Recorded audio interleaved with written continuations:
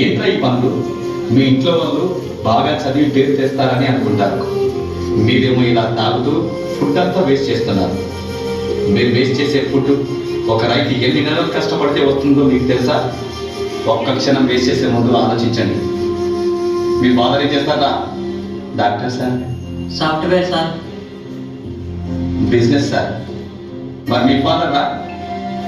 మా ఫాదరు చిన్న పని చేస్తారు సార్. అదేంటి? మా ఫాదర్ చిన్న ఫార్మర్ సార్. ఏంటి రైతు పని చేస్తాడని చెప్పడానికి అంత సిగ్గెందుకు? ఇప్పుడున్న పిల్లలు మీరు ఏమవుతారంటే అందరూ డాక్టర్, ఇంజనీర్, పోలీస్, టీచర్ అంటారే కానీ ఒక్కడు కూడా నేను రైతుని అవుతానని అనరు.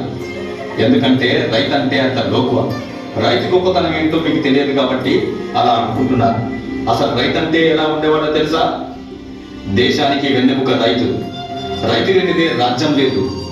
రైతు అంటే అన్నదాత. దేశ ప్రగతికి మూలం రైతు. జై కిసాన్ అన్నారు. ఇవన్నీ రైతు గొప్పతనం చెప్పడానికే ఒక ఉదాహరణగా చెప్పేవాళ్ళు ఒకప్పుడు.